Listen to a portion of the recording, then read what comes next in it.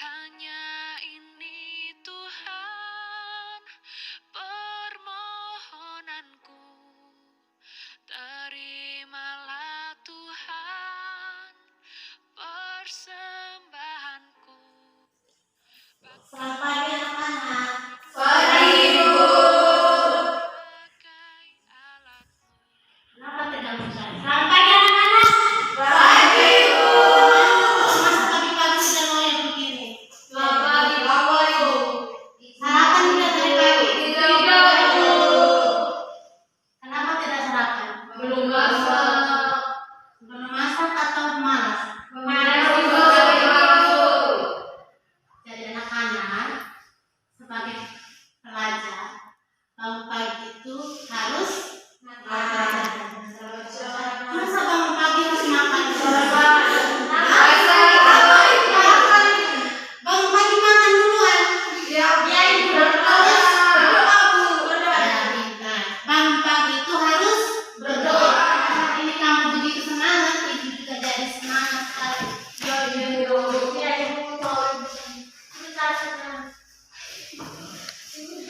Sudah doa belum? Oke. Adik Nanti, tolong pimpin kita dalam doa ya. Ayo ambil sikap doa di yang tenang.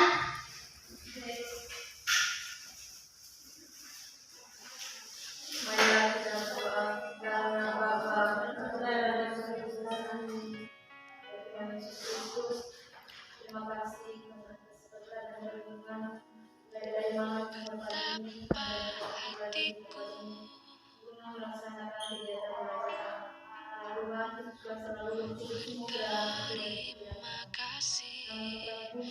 Yesus.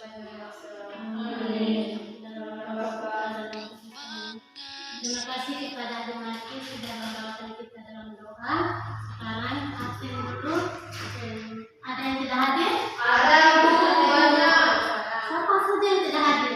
Mari Johannes. Adik-adik, sekarang itu kamu harus rajin ya, rajin ke sekolah karena sebentar lagi ujian akhir. Ini materinya sangat penting sekali buat kalian. Kalau kamu terlambat sedikit, kamu tidak akan mengerti materi yang Ibu ajarkan hari ini. Begitu ya, jadi tolong tingkatkan semangat belajar kalian. Ini demi kalian juga, oke? Ya, Bu. Pas kalian kumpul, mindur. Kenapa mindur senyum-senyum? Tika, Adik Ibu. mana? Ada, Ibu. Jadi semuanya hari ini hadir ya. Mari kita hadir. Mari hadir. Sekarang kita akan memulai materi kita, yaitu tentang ada yang tahu materi kita hari ini tentang apa? Tidak tahu, Ibu. Pintar ya, anak-anak masih pintar. Materi kita hari ini tentang hidup jujur dan adil.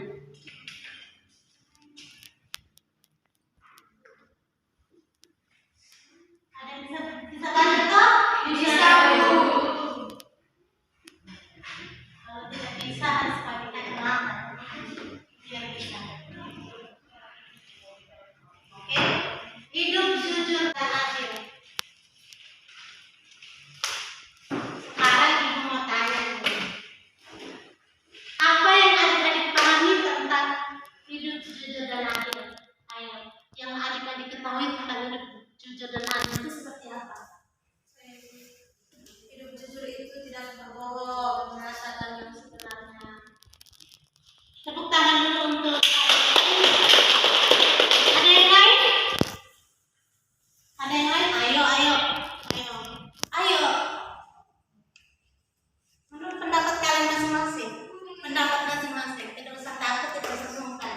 Omong saja apa yang Anda pikirkan, apa yang Anda ketahui tentang hidup jujur dan adil. Tidak ada? Ya, Bu. Oke. Jadi hidup jujur itu adalah orang yang mengatakan apa yang benar-benar terjadi. Contohnya, contoh ya. Jadi contohnya Maci mengambil uang mamanya. Ketika mamanya bertanya, "Dek, apakah kamu mengambil uang mama? Lalu Maci menjawab, ya mama, tadi saya mengambil uang mama untuk membeli pulpen. Itu adalah contoh jujur. Sampai di sini paham? Terus sekarang adil. Satu-satu. Ayo adik. Kalau adil itu tidak memihak pada seseorang. Tepuk tangan dulu buat adik ini. Kalau saya ini tidak berat sebelah. Ya. Ada yang lagi? Seimbang. Ya. Jadi adil itu orang yang tidak memihak pada kondisi tertentu, dia tidak memihak pada sebelah pihak. Jadi dia mengatakan hal yang jujur. Jujur dan adil itu tidak bisa dipisahkan. Karena ketika ada jujur, maka keadilan akan ditegakkan. Nah, adik-adik, seperti itu juga gereja Kristiani menginginkan kita harus jujur, adil, di rumah, di sekolah maupun di masyarakat. Kita harus jujur, adil. Itu yang diinginkan Yesus juga untuk kita. Jadi, Ibu katakan kepada kalian semua bahwa ketika kamu mendengar materi ini, adik-adik memang harus benar-benar memahami. Jadi sampai di sini sudah paham toh hidup jujur dan adil? Sudah, Ibu. Benar kan? Benar, Ibu. Benar paham? Benar. Jadi untuk mendalami materi hari ini, Ibu sudah menyiapkan satu cerita.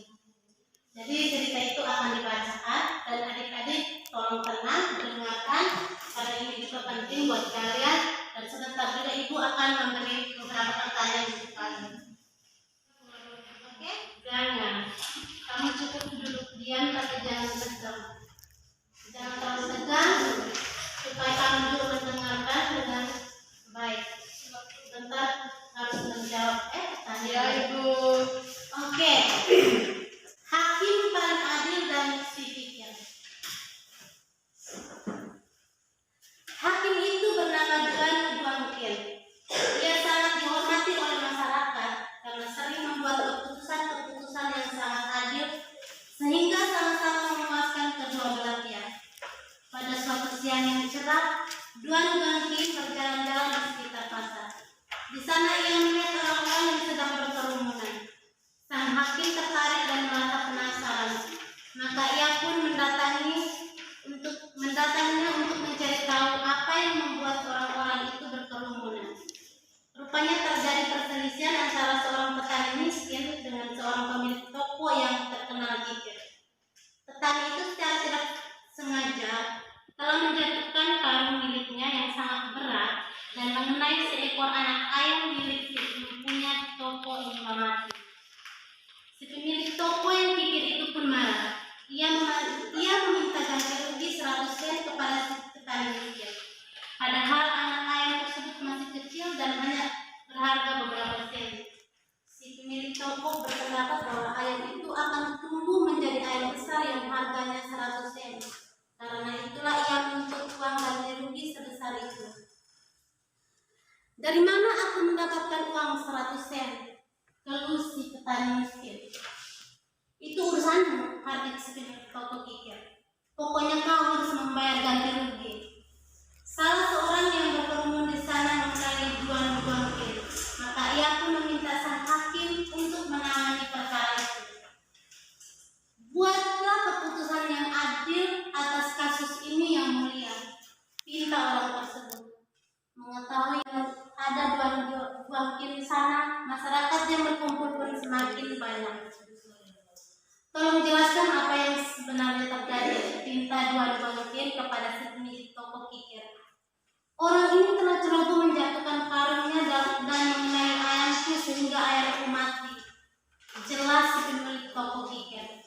2 tahun lagi ayam ini akan menjadi besar dan harganya menjadi 100 sen. Karena itulah aku memintanya untuk membayar kerugian sebesar 100 sen. Juan Guangqin mengangguk-anggukan. Setelah berpikir sejenak, lantas ia berkata kepada si petani miskin, harga ayam ini 100 sen, jadi kau harus membayar 100 sen kepada si pemilik toko. Orang-orang yang berkumpul di sana tercengang mendengar keputusan Juan Guangqin. Bertambah kasihanlah mereka kepada si petani miskin.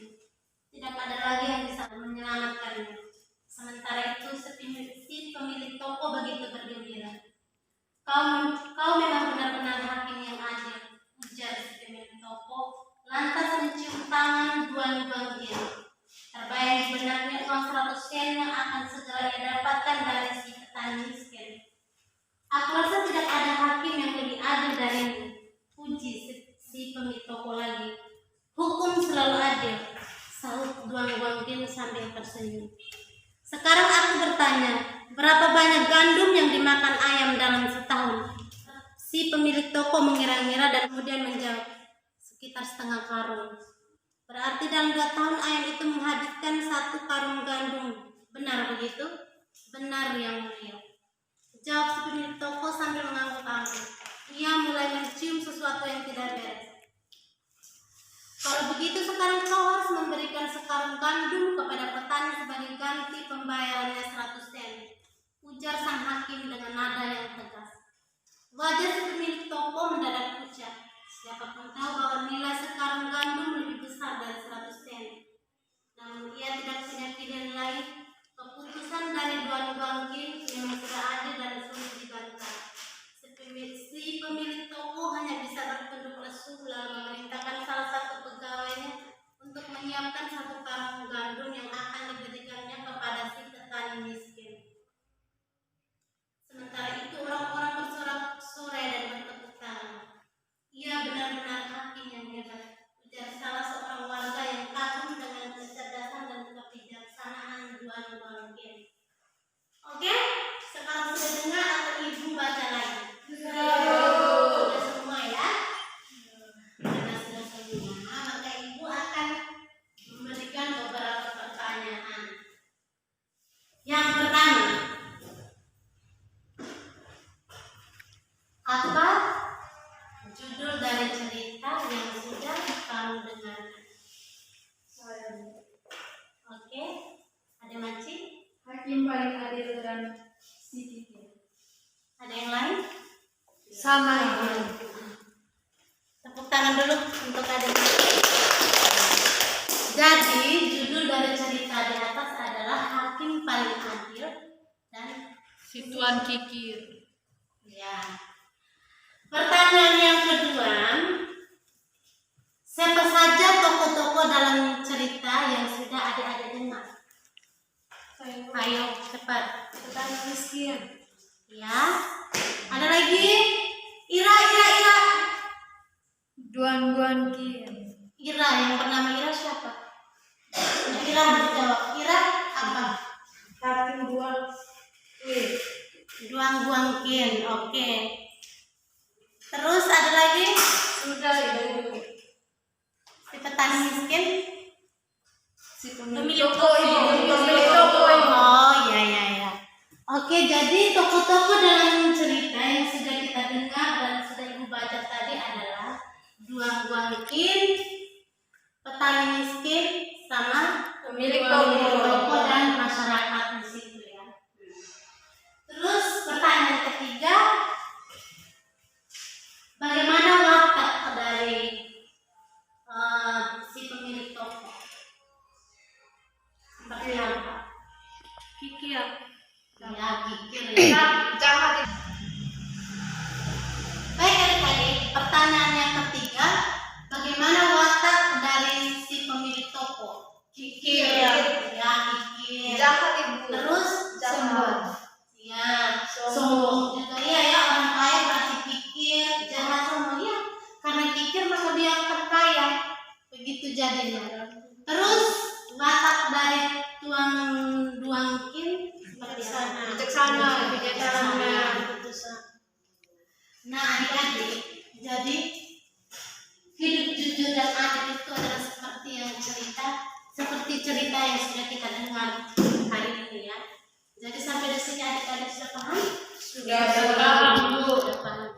Jadi kalau sudah paham itu sampai di rumah, di masyarakat dengan teman bergaul, itu kita harus begitu ya, harus hidup adil, hidup jujur. Kepada teman-teman itu juga perlu, karena apa yang kita tanam itu yang kita tuai. Kebanyakan kalau kita tidak adil dengan orang lain, maka sebaliknya juga akan seperti itu. Mengerti? Mengerti Bu. Jadi kaitan antara ibu sudah mengambil salah satu Injil. Injil ini berkaitan juga dengan hidup jujur dan adil, dan juga seperti cerita yang sudah kamu dengar tadi. Ada yang bawa Alkitab? Ada ya. Nah, sekarang buka Kisah Para Rasul. Kisah Para Rasul bab 5 ayat 1 sampai 10. Ada yang mau membacakannya? Ekin, silakan. Ananias dan Safira. Ada seorang lain yang bernama Ananias. Ia beserta istrinya Safira menjual sebidang tanah.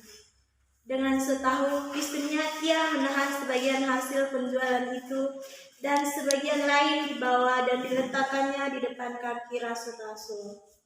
Tetapi Petrus berkata, "Ananias, mengapa hatimu dikuasai iblis, sehingga engkau mendustai Roh Kudus dan menahan sebagian dari hasil penjualan tanah itu?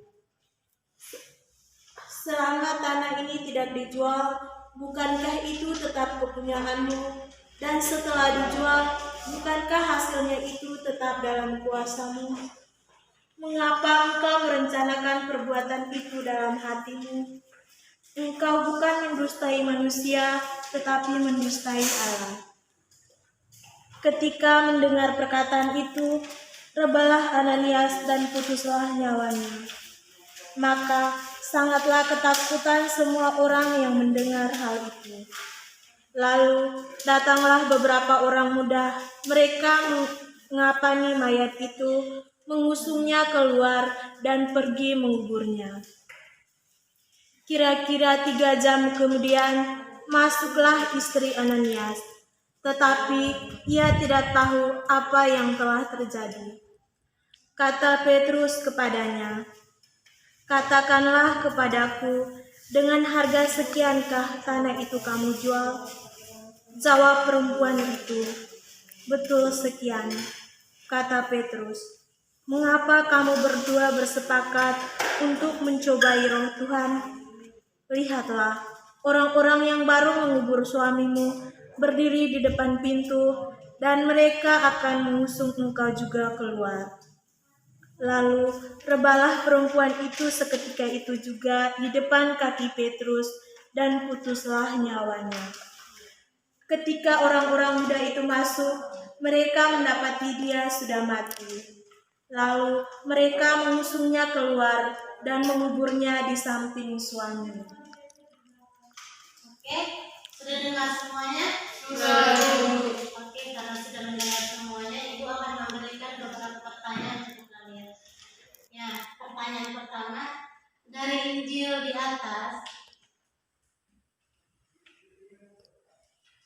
apakah Ananias merupakan orang yang jujur? Tidak. Kenapa tidak?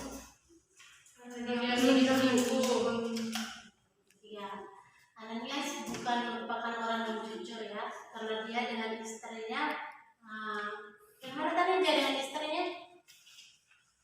Tadi bilang sudah dengar kan? Menahan hasil sebagian penjualan tanah. Iya, dia dengan istrinya menahan hasil apa ya? Dari penjualan tanah mereka. Terus yang kedua, apa artinya bertindak jujur sesuai bacaan kitab suci tadi? Supaya kita harus mengatakan yang sebenarnya, tidak boleh berbohong. Iya. Jadi yang sebenarnya yang dikatakan yang isi dari kitab suci itu adalah kita itu harus mengatakan apa yang benar-benar terjadi, begitu ya. Jadi sama seperti Ananias tadi kan dia berbohong, berusaha berbohong. Bukan berbohong untuk masyarakat saja, tapi berbohong juga dengan Tuhan. Berbohong bukan kepada masyarakat saja, tapi berbohong juga dengan Tuhan. Oke, pertanyaan yang ketiga, apa pentingnya bertindak jujur dan adil dalam kehidupan bersama-sama? contohnya dengan teman di masyarakat, di sekolah, ataupun di rumah. Kenapa harus bertindak jujur dan adil? Kenapa itu penting sekali buat manusia untuk hidup jujur dan adil? Itu kenapa penting? Supaya hidup kita aman, tenang. Ada yang lain? Ada yang lain? Itu sebenarnya hidup adil dan jujur itu harus sangat penting, bukan harus tapi sangat penting ya. Karena kalau ketika kita tidak jujur, maka percaya atau tidak, adik-adik akan merasa terganggu dalam hati adik-adik ya. Karena ketika kita berbohong mengatakan apa yang tidak terjadi, itu tuh kita merasa terganggu. Benar tidak? Benar. Maka dari itu adik-adik harus hidup jujur, harus adil dengan sesama, dengan teman, dimanapun berada harus. Yang utama itu adalah hidup jujur dan adil. Nah, sampai di sini adik-adik pasti sudah paham kan? Ya, Ibu. Kalau sudah paham, Ibu ingin bertanya kepada adik-adik tolong ceritakan pengalaman adik-adik. Pengalaman itu mengesankan buat adik-adik buat adik-adik sangat terkesan, mau pengalaman buruk, pengalaman yang baik, yang berhubungan dengan hidup jujur dan adil. Apakah ada yang bersedia? Ada atau tidak? Tidak ada ya? Saya rasa adik-adik tidak punya pengalaman sama sekali untuk hidup jujur dan adil. Kalau tidak ada berarti adik-adik sudah paham semua kan materi? Sudah yakin toh? Sudah paham semua toh? Sampai di sini. Kalau sudah paham semua, Ibu pasti akan memberikan kamu tugas. Sudah paham semua, tapi Ibu harus memberikan tugas untuk mengetes kalian, tapi tugasnya itu gampang sekali. Jangan tegang dulu, tugasnya itu gampang. Kamu mencari sebuah cerita yang berhubungan dengan hidup jujur dan adil. Cerita itu lalu kamu menceritakan ulang, menceritakan kembali, bukan membaca tapi menceritakan. Paham? Paham, Bu. Lalu siapa yang ceritanya lebih bagus dan lebih menarik, Ibu akan memberikan hadiah untuk kalian. Benar, Ibu. Benar, tapi harus ceritanya harus bagus. Iya, Bu. Bagaimana? Bisa mengetik? Bisa, Ibu.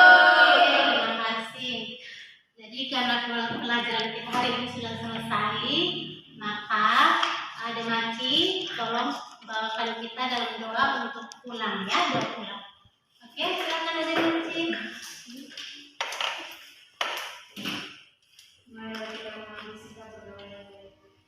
Hanya ini Tuhan persembahanku, segenap hidupku, jiwa dan ragaku, sebab tak ku miliki harta kekayaan yang cukup. Ingat ya, adik-adik pulang ke rumah jangan lupa cuci tangan dulu, yang bersih, terus ingat juga hindari kerumunan. Karena sekarang ini kita lagi menghadapi penyakit yang ini, jangan remehkan ya. Oke? Sekarang pulang. Terima kasih, Bu.